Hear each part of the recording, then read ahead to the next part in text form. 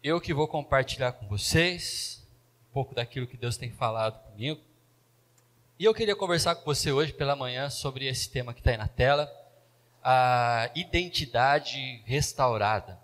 Tem identidade aqui, no caso, eu quero trabalhar um pouquinho daquilo que somos, ou do que deveríamos ser, na verdade. Mas identidade nos lembra, ou nos remete, né?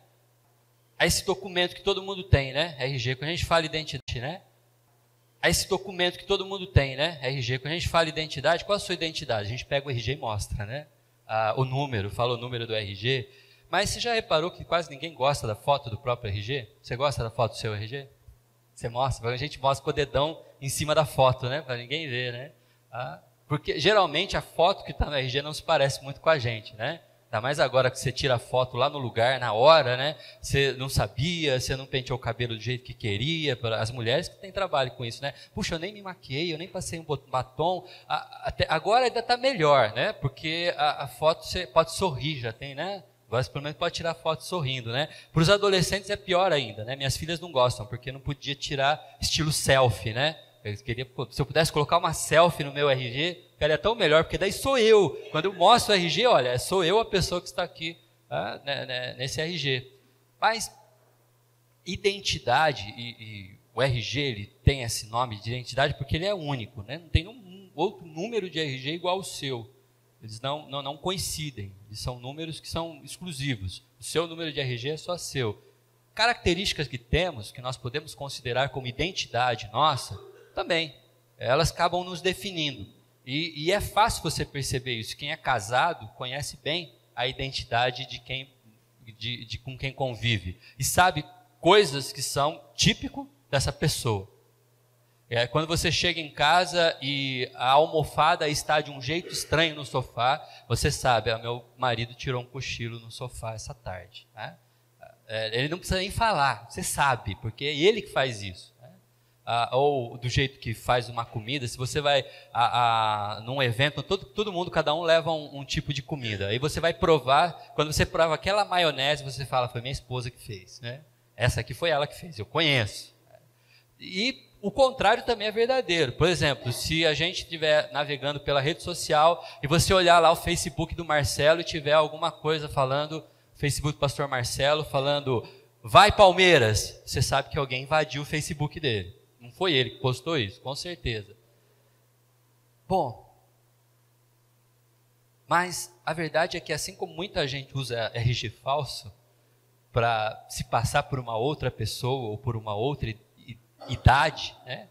A gente também assume algumas identidades ou algumas formas do nosso agir, no nosso convívio social, com as pessoas com quem nos relacionamos, seja no trabalho, na escola, na vizinhança, na família, que são papéis que não são próprios da nossa identidade.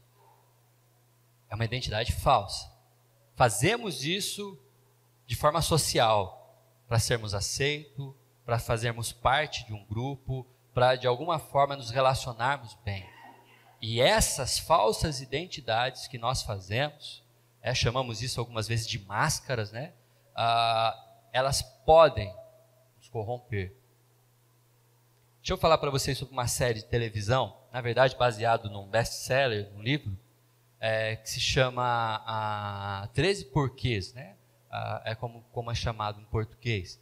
A história de uma menina, Anna Baker, que sofre com a identidade dela, porque ela não é aceita, ela sofre bullying por série de razões, razões ridículas até, e até chega um momento em que ela entende que o problema é ela. Então ela fala assim, espera, deixa eu mudar essa minha identidade, deixa eu ser diferente. Aí ela começa a vestir roupa diferente, ela corta o cabelo de um jeito diferente, ela pinta o cabelo, ela começa a conviver com grupos que não é o grupo comum dela, e ela percebe que isso não resolveu os problemas dela. A situação chega a um ponto tão grave que ela comete suicídio. Mas antes de se matar, ela grava algumas fitas, né? Uma fita assim. Quem é de 70 sabe o que é isso aqui, né? Uma fita cassete, que a gente ficava gravando música na rádio. Ela grava algumas fitas, 13 mensagens dizendo do porquê dela estar se matando. Por isso que chama 13 porquês. A identidade que ela tinha não funcionava. Então ela tentou mudar a identidade para tentar ser aceita, para tentar fazer parte, para tentar ser alguém. E ao mudar a própria identidade, ela se descobriu que ela não era ninguém. E se sentindo ninguém, ela chega à conclusão de que a vida dela não fazia sentido. Muitas pessoas passam seus dias tentando mudar a própria identidade para ser alguém. E chega à conclusão de que não é ninguém. Isso aconteceu também com um rapaz da Bíblia. O nome dele é Mefibosete, é um nome lindo, você pode guardar. A próxima criança que aparecer na igreja, que nascer na igreja, a gente pode sugerir esse nome, Mefibosete. É o nome de um, não é tão jovem mais nesse momento da Bíblia, mas ele é alguém que sofreu muito, alguém que tinha tudo para ter uma vida boa e maravilhosa. Na verdade ele era um príncipe, mas acabou se transformando em alguém totalmente diferente de quem ele poderia ter sido. A história conta a partir do momento em que Davi começa a buscar quem é a família de Jonatas, seu amigo, quem ainda existe, para ele agir de bondade. Deixa eu ler para vocês. 2 Samuel 9, todo o capítulo que eu vou ler. Certa ocasião, Davi perguntou: resta ainda alguém da família de Saul a quem eu possa mostrar lealdade? Aqui, mostrar lealdade, uma tradução bem melhor para isso, seria amor leal. Para eu mostrar um amor leal que eu tenho por causa da minha amizade com Jonatas. Então chamaram Ziba, ó, outro nome legal, Mefibosete e Ziba, já tem 2 nomes para vocês guardarem, hein? Um dos servos de Saul, para apresentar-se a Davi, e o rei lhe perguntou: você é Ziba? Sou teu servo, respondeu ele. Perguntou-lhe então Davi: resta ainda alguém da família de Saul a quem eu possa mostrar lealdade de Deus? De novo a palavra lealdade aqui significa amor leal de Deus. Respondeu então Ziba: há ainda um filho de Jonatas, aleijado dos pés. Detalhe, o filho de Jonatas foi um herdeiro do trono. Ele só foi isso, um herdeiro do trono. E até um empregado do avô dele, Ziba, já bota apelido nele. Um aleijadinho, aleijado dos pés, um cara manco, um menino torto, um homenzinho torto. Já botou o apelido dele, já nem chamou ele pelo próprio nome. Aonde está ele? Perguntou o rei. Ziba respondeu: na casa de Maquir, filho de Amiel, em Lodebar. Então o rei Davi mandou trazê-lo de Lodebar, dessa cidade, esse nome estranho aí, Lodebar. Quando Mefibosete, filho de Jonatas e neto de Saul, compareceu diante de Davi, prostrou-se, rosto em terra. O rapaz chega e já se joga no chão. Mefibosete, perguntou Davi, e ele respondeu: sim, eu sou teu servo. Sou teu servo. Não tenha medo, disse Davi, pois é certo que trarei com bondade por causa de minha amizade com Jonatas, seu pai. Vou devolver-lhe todas as terras que pertenceram a seu avô Saul, e você comerá sempre à minha mesa. Mefibosete prostrou-se de novo e disse: quem é o teu servo para que te preocupes com um cão morto como eu? Então o rei convocou Ziba e disse: olha, Ziba, devolvi ao neto de Saul, seu senhor, tudo o que pertencia a ele e à família dele. Está restituindo tudo. Você, seus filhos, seus servos, cultivarão a terra para ele. Você tratará a colheita para que haja provisões na casa do neto do seu senhor. Mas Mefibosete comerá sempre à minha mesa. Ziba tinha 15 filhos, ele não tinha televisão em casa. Ele tinha 15 filhos e tinha 20 servos. Então Ziba disse ao rei: o teu servo fará tudo o que o rei, o meu senhor, ordenou. Assim Mefibosete passou a comer à mesa de Davi, como se fosse um de seus filhos. E Mefibosete tinha um filho ainda jovem chamado Mica.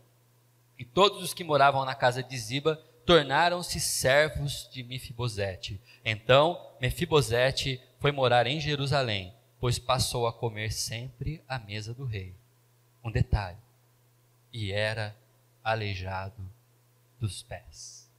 Mefibosete é alguém que passa por, como vocês podem ver, ele foi um herdeiro de Saul, tinha propriedade, tinha terra e passou por uma série de complicações. A começar pelo nome dele, que já é um pouco complicado, certo?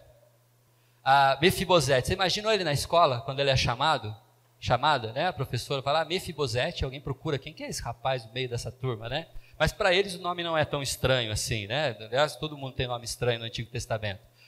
Mas o próprio nome já tem algumas divergências, você tem outras variações desse nome, os significados de Mefibosete são bem confusos, assim, você tem várias traduções possíveis, ele pode significar aquele que se envergonha, ou pode significar aquele que destrói ídolos. Pode ter duas possibilidades totalmente diferentes. A variação do nome dele, Merib Baal, pode significar Baal é meu advogado. Então, assim, é muito confuso o nome dele na Bíblia. Você vai achar referências dele em Crônicas, vai achar referência em Reis e em Samuel. E cada hora você tem um nome aparecendo. Mas, na sua história, a gente percebe que ele era herdeiro, tinha uma família e, de repente, ele fica sem família. Ele é órfão. No Antigo Testamento, aqui, ele bastava não ter o pai para ele ser considerado sem família, porque a mãe viúva, ela já se torna alguém socialmente descartável. Ela não vai, a menos que ela se case de novo, mas senão ela não tem renda, ela não tem aonde, ela simplesmente fica sem recurso. Ela perde a aposentadoria todinha, ela não tem garantia nenhuma. E Mefibosete, embora não trate, o texto não fale da mãe dele, tudo tem a ver, tudo indica que ele era sozinho. Ele simplesmente não tinha recursos, não tinha nada. Ele era pobre, miserável. Ainda era aleijado, com 5 anos de idade, quando acontece o maior confronto de Davi com Saul. Saul e Jonatas morrem nesse confronto, e toda a família de Mefibosete foge. E nessa fuga, a babá dele deixa ele cair, com 5 anos de idade.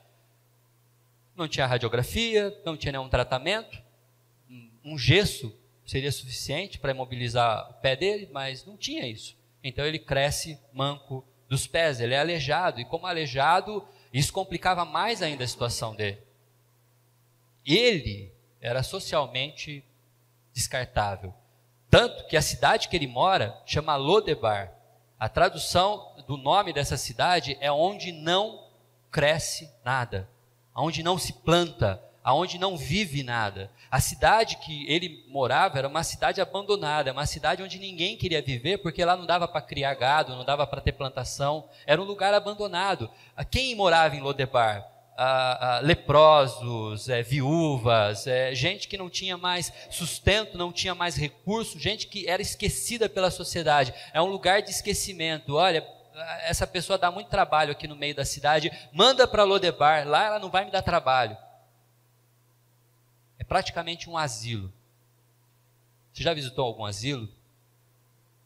Você sabe qual a maior reclamação que os velhinhos de um asilo têm? A maior queixa? Me deixaram aqui e não vem mais me visitar. E quando vai naquelas datas especiais, fica ali meia horinha e vai embora.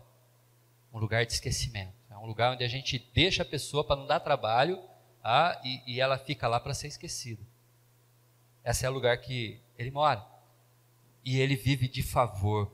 A casa de quem o adotou ou criou era de um antigo oficial de Saul, que talvez por amizade a Saul, por esse vínculo, acabou criando parte da família, mas ele não era herdeiro, ele simplesmente vivia de favor. Essa é a realidade de Mefibosete aqui. É esse rapaz, e você acha que a sua vida é complicada ainda, né? Você imagina esse tipo de vida? E aí, de repente, chega um convite do rei. Já tinha morrido o vô, já tinha morrido o pai, agora o rei quer me ver? Para me matar também, acabou minha vida, agora não tem mais jeito. Provavelmente é isso que passou pela mente de Mefibosete. Mas, ao contrário de todas as expectativas desse rapaz, ao contrário de tudo que ele podia imaginar, Deus restaura a sua identidade, restaura quem ele é de verdade. E a gente começa a perceber isso já na sequência do texto, quando Davi o encontra, e ali há um novo eu. Mefibosete vai se reencontrar como pessoa, ele vai se reencontrar com quem ele é de fato. Por quê? Porque ele primeiro se acha um servo, só um serviçal. Ele chega e se prostra para Davi. Tudo bem, Davi é rei, é natural que que as pessoas se prostrem diante do rei quando está o encontrando. Mas o texto é muito claro em mostrar Mefibosete prostrado e se prostrando novamente. Ele faz isso por 2 vezes. Mefibosete, ele se acha um lixo de pessoa. Ele se acha alguém totalmente desprezível, tanto que a referência que ele faz a si mesmo é de cão morto. Um cachorro para um judeu não é um animal de estimação, é um ser desprezível, é um ser miserável. E é assim que Mefibosete se vê. E como se não bastasse ele se achar um ser desprezível, é um ser desprezível e morto. Um cão morto. Essa é a visão que ele tem de si mesmo, é assim que ele se acha. Mefibosete, quando cresceu, provavelmente, ele ouviu durante muito tempo, semanas e dias: é o aleijado, é o ex-príncipe, olha só quem que é esse rapaz, isso aí não vai dar nada na vida, olha só como é que ele vai crescer, isso aí não vai ter família direito, vai viver às custas de alguém o tempo todo. E ele ouviu, e isso mexeu com a sua identidade. E ele perdeu completamente a sua identidade. Mefibosete não sabe mais quem ele é de fato. Mas é incrível. Primeira coisa que Davi fala para Mefibosete é o nome. Para Davi, Mefibosete não é um cão morto. Para Davi, Mefibosete não é um miserável, não é um aleijado. Para Davi, Mefibosete não é alguém desprezível. Ele é quem ele é. Mefibosete. O nome que a mãe dele pensou enquanto ele estava no ventre sendo gerado, o nome que ele recebeu quando nasceu, o nome que o acompanhou, ele tinha nome. Meus amados irmãos,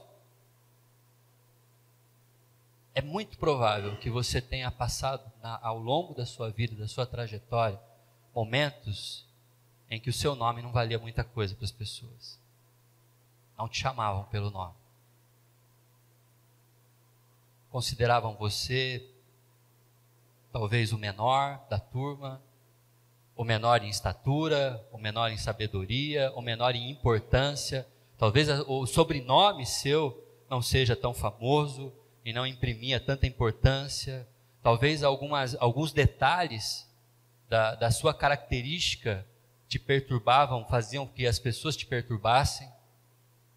Agora é moda, né? Agora é bullying o nome. E todo mundo passou por isso quando estava na escola. Não tinha esse nome, mas é fato que durante muito tempo, coisas que não eram da sua identidade foram tão ditas, foram tão repetidas, foram tão caracterizadas em cima de você por aqueles que te acompanhavam ao longo da sua vida, seja parente, seja amigo, seja colega de escola, que você talvez como Mefibosete começou a acreditar nisso. A restauração de Mefibosete, da sua identidade, começa pela importância do seu próprio nome. Ele tem valor, sim. O seu nome é a identidade. E ele precisa ser chamado pelo nome. Não permita que ninguém te dê outros nomes. Não permita que ninguém te considere ser aquilo que você não é. Você é chamado pelo seu nome. É o que diz o texto de João 10. Aquele que entra pela porta é o pastor das ovelhas. O porteiro abre-lhe a porta e as ovelhas ouvem a sua voz. Ele as chama, as suas ovelhas, pelo nome e as leva para fora, pois depois de conduzir para fora todas as suas ovelhas, e vai adiante delas, e elas o seguem, porque reconhece a sua voz. O pastor das ovelhas, o nosso pastor, aquele que vem nos procurar, aquele que vem até trás de nós, aquele que ora por nós, aquele que intercede por nós, aquele que deu a vida por cada um de nós, ele te chama pelo seu nome. Ele sabe quem você é, Ele conhece os seus passos, Ele conhece cada fio de cabelo da sua cabeça, Ele te conhece integralmente. Jesus não te chama pelos apelidos, Jesus não te chama por aquilo que as pessoas consideram que você é. Ele não está nem aí porque falam de você. Ele te conhece, como nós cantamos, o teu interior. Ele sonda o seu interior. Ele sabe os seus pensamentos. Ele sabe as palavras que vocês vão dizer antes de dizer. Mas ainda, Mefibosete tem também um novo lugar para viver. Porque ele mora numa cidade totalmente estranha, cidade fantasma, Lodebar, uma cidade de esquecimento. Para complicar a vida de Mefibosete, ele ainda vive de favor.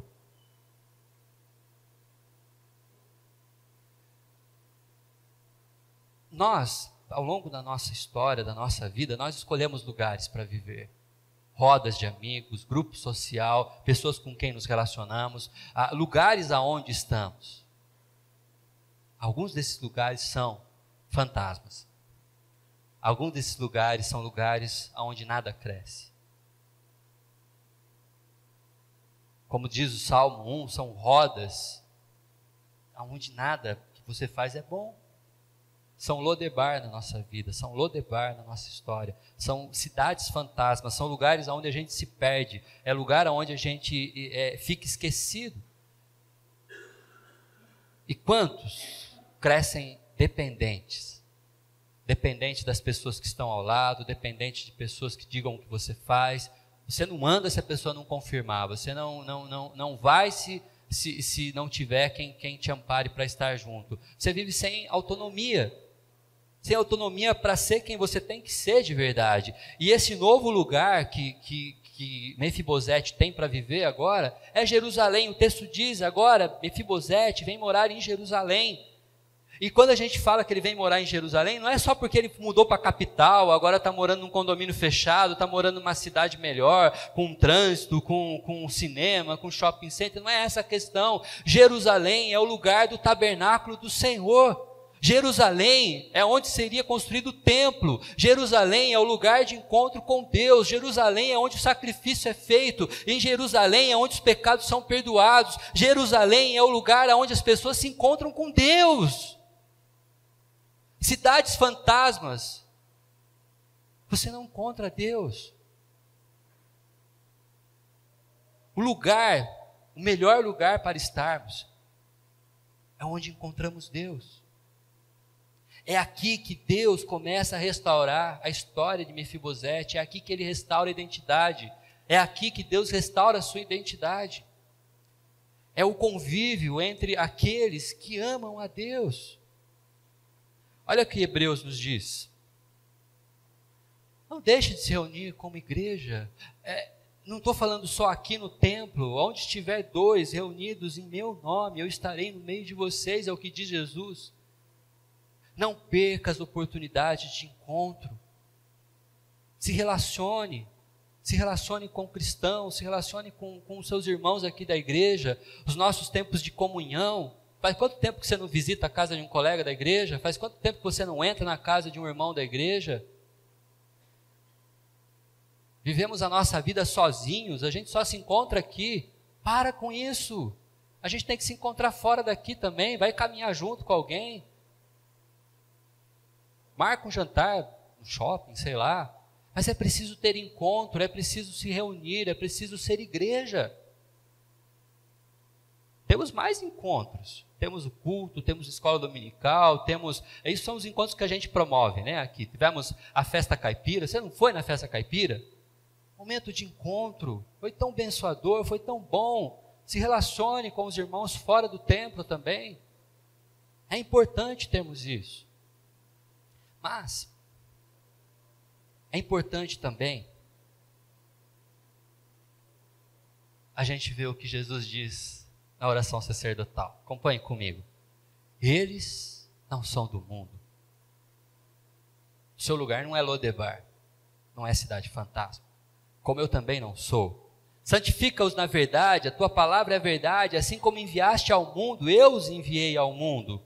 Em favor deles eu me santifico, para que também eles sejam santificados pela verdade. Aqui Jesus está falando para os discípulos, agora ele abre o leque. Minha oração não é apenas por eles, rogo também por aqueles que crerão em mim, por meio da mensagem deles, para que todos sejam um. Pai, como tu estás em mim e eu em ti, que eles também estejam em nós, para que o mundo creia que tu me enviaste. Não somos do mundo. Estamos no mundo.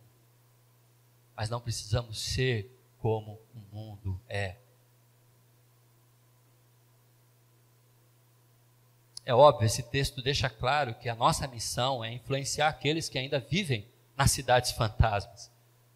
Ainda vamos nos relacionar com eles, sim. Você vai encontrar não cristãos, amigos, pessoas que você vai influenciar, pessoas que você vai mostrar para eles: ei, existe uma Jerusalém, existe um lugar melhor para a gente ir, existe um lugar melhor para a gente se encontrar, aonde nós encontramos Deus, aonde existe perdão, aonde existe graça, aonde existe comunhão, e o nosso trabalho é justamente levar essa mensagem para que o mundo creia.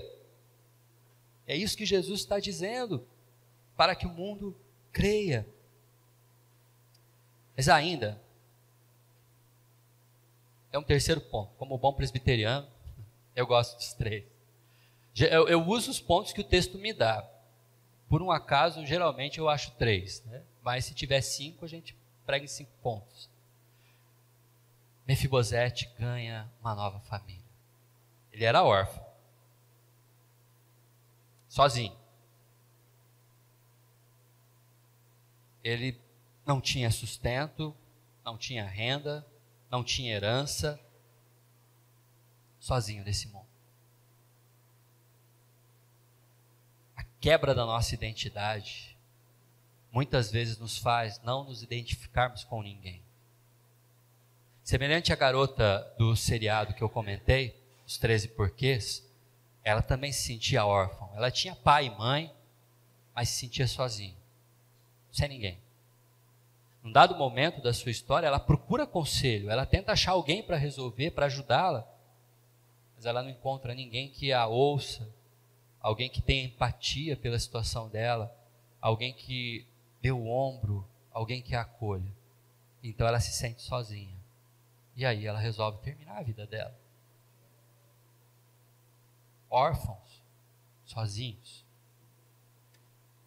E a novidade, o texto que nós lemos, fala por 4 vezes: Mefibosete come à mesa do rei. E o capricho do autor desse texto, em um dos momentos, dizer: como um dos filhos do rei. Mefibosete, que viveu sem cuidado de ninguém. Mefibosete, que cresceu de favor numa casa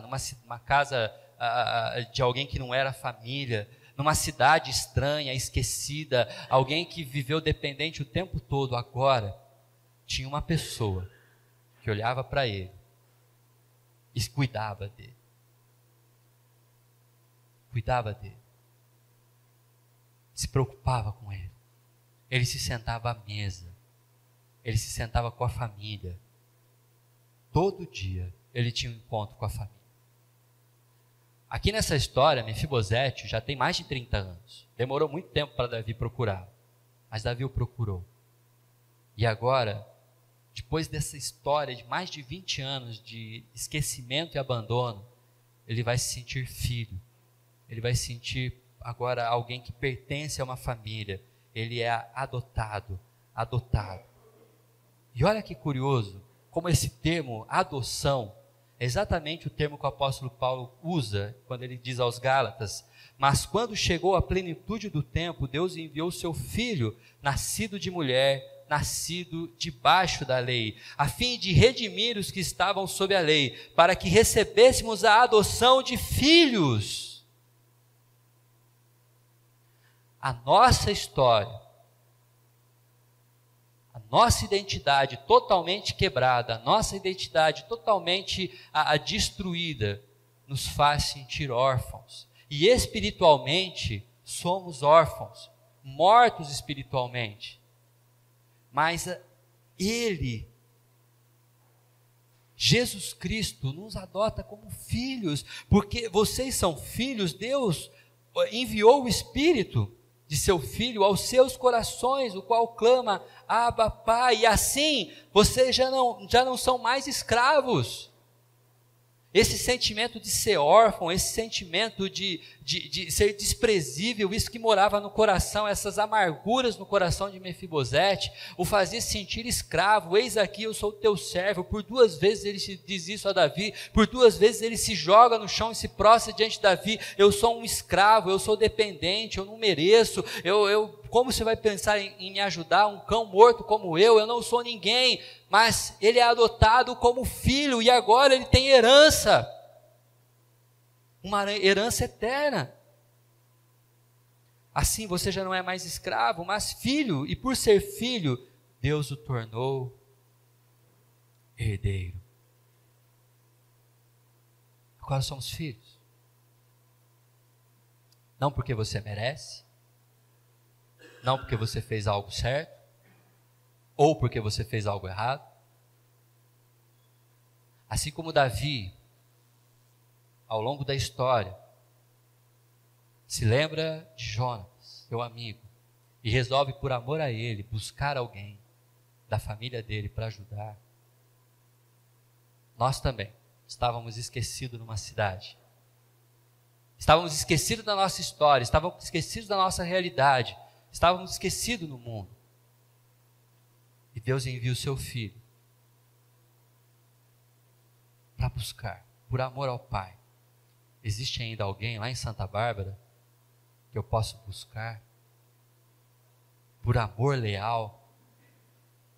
E aí ele encontra Gerson, encontra João, encontra Alemão, encontra Ana, encontra todos nós, para nos adotar como filho. E aí você me pergunta, tá, ok, Sandro, somos filho, mas Davi se sentava à mesa, é uma situação diferente, afinal de contas, era uma família ali, pessoal.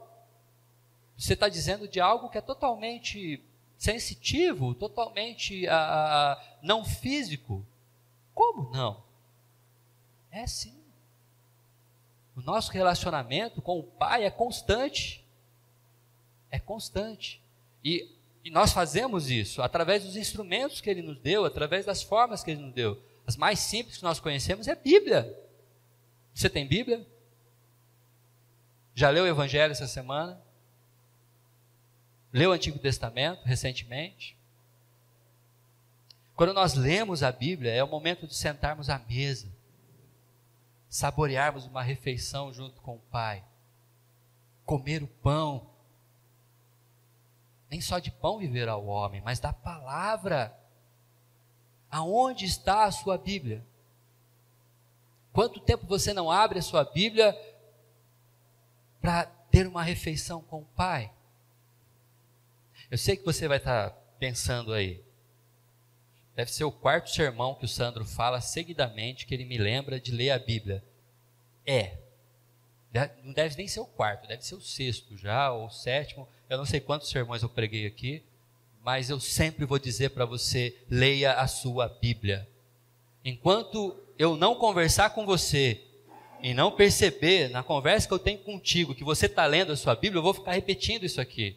Eu encontro vocês por aí, eu converso com vocês, e geralmente a dificuldade que vocês me falam, então, não estou lendo tanto quanto eu queria, eu escuto vocês dizendo isso, e aí eu venho para cá e me coloco à frente desse púlpito preocupado com a sua vida, porque eu estou trazendo uma mensagem para você. Mas se você não se debruçar e não ler a sua Bíblia, e você não escolher você mesmo se relacionar com Deus, o que eu estou fazendo aqui é muito pouco. E eu preciso te convencer. Há restauração da identidade de Mefibosete, sim, agora ele tem família, e há também restauração para a identidade de cada um de nós, mas se você não se sentar à mesa, e não se encontrar com o seu pai, para uma boa refeição, você vai continuar acreditando naquilo que disseram a seu respeito. Você vai ter que continuar acreditando que aquilo que disseram sobre você é realmente verdade. Como se não bastasse a gente ter a palavra dele escrita em português, em vários formatos, em áudio, em vídeo, em mangá, revista, gibi. A gente tem a Bíblia de todo jeito para ninguém reclamar. Em aplicativos que se acordam de manhã já falando o áudio salmo já. Esse é muito legal, tá? Ele desperta você ao som de um texto bíblico. A gente ainda tem a oração. Momentos que você se senta à mesa e conta agora para o seu pai aquilo que você tem, aquilo que passa, a sua preocupação, o seu medo. Se sente à mesa e diga para o pai: essa semana foi tão difícil, deu tudo errado, pai. Essa semana foi tão complicada. O inseto picou a mão da minha filha. Essa semana foi tão triste, meu time perdeu de novo. Alguém passou por cirurgia. Alguém perdeu um ente querido. Conte, se sente à mesa. Conte isso para o pai. A restauração começa na família. Nós somos uma família. Não despreze a sua família. Identidade pode ser sim restaurada. Não acredite naquilo que disseram acerca de você a vida toda. Você é muito mais que isso. Você pode ter um novo eu, uma nova criação, uma nova criatura. Tudo que for para trás já era. Apaga o teu passado. Acredite, você tem um nome especial. O pastor das ovelhas te chama pelo seu nome. Esqueça os apelidos, esqueça as histórias que falaram de você, aquilo que pensam de você não interessa para Deus. O que interessa para Deus é quem você é de fato. Venha para um novo lugar, cuidado os lugares que você tem se encontrado, olha bem aonde você quer estar. Cidades fantasmas são esses lugares para esquecimento, nada cresce, não sai nada de bom dali. Venha para um lugar onde você encontra Deus, na comunhão com os irmãos, nas reuniões da igreja, nos grupos durante a semana, amigos que você tem. E quando se encontrar com aqueles que são da cidade fantasma, aqueles que são de Lodebar, você influencie, faça diferença na vida deles. Faça como Davi, vá até lá para buscar pessoas, mas não para morar lá. Lá não é o seu lugar. O seu lugar é em Jerusalém, no lugar de encontro com Deus, no lugar de perdão, no lugar de graça. E tenha uma nova família. Você foi adotado. Mas Mefibosete termina o texto dizendo: era aleijado dos pés. Pentecostais não gostam de pregar esse texto porque Mefibosete não é curado. Ele continua defeituoso dos pés. Ele não foi curado. Não aconteceu nenhum milagre na saúde dele. Ele continua precisando de gente para ajudar a subir no cavalo. Ele precisa ainda de gente ajudando ele a descer escadas. Talvez ele ainda use uma muleta. Mefibosete continua aleijado dos pés. Brennan Manning faz uma oração no livro Evangelho Maltrapilho, que é assim: Senhor Jesus, somos ovelhas tolas, que ousam pôr-se de pé na tua presença e tentar subornar-te com os nossos ridículos portfólios. E quando a gente para orar, a gente fala com Deus como se a gente fosse lindo. A gente tem uma impressão muito boa da gente quando a gente está orando. De repente caímos na real e sentimos muito e pedimos que nos perdoes. Dá-nos a graça de admitir que somos maltrapilhos. Adão e Eva levaram um tombo lá em Gênesis 3, que quebrou os nossos pés. Desculpa dizer isso, querido, mas você é aleijado dos pés. E assim como Mefibosete não tem menor condição de caminhar sozinho, eu e você também não podemos caminhar sozinho. Eu e você somos ainda dependentes. Ele restaura a nossa identidade, mas continuamos pecadores. Ele restaura a nossa história, mas continuamos dependentes da graça dele. Ele restaura as nossas vidas, mas continuamos dependentes de Jesus. Não caminha a sua vida e não tenta construir a sua identidade sem Jesus. Não dá. Nós precisamos dele. Temos sim um defeito, temos sim um problema, somos pecadores. Essa é a minha, a sua realidade. Mas Jesus Cristo, quando Ele vem a esse mundo, Ele vem para mudar a sua história, para pagar o preço que você não poderia pagar pelo seu defeito. Você não consegue consertar os seus pés, você não consegue consertar a sua história, mas Jesus Cristo vem e te oferece graça para renovar tudo. Nós precisamos confiar. Demorou 25 anos, provavelmente, para Mefibosete ter esse encontro com Davi. Mas esse encontro aconteceu. Talvez você ainda não está olhando para a sua identidade totalmente renovada. Talvez os apelidos ainda te incomodam. Talvez os olhares das pessoas ainda te julgam. Talvez você ainda não se sinta uma pessoa totalmente restaurada. Mas eu queria dizer uma coisa para você. Jesus vai te buscar. Vai te trazer para sentar à mesa e cear com Ele. Te dando um novo nome, um novo lugar e uma nova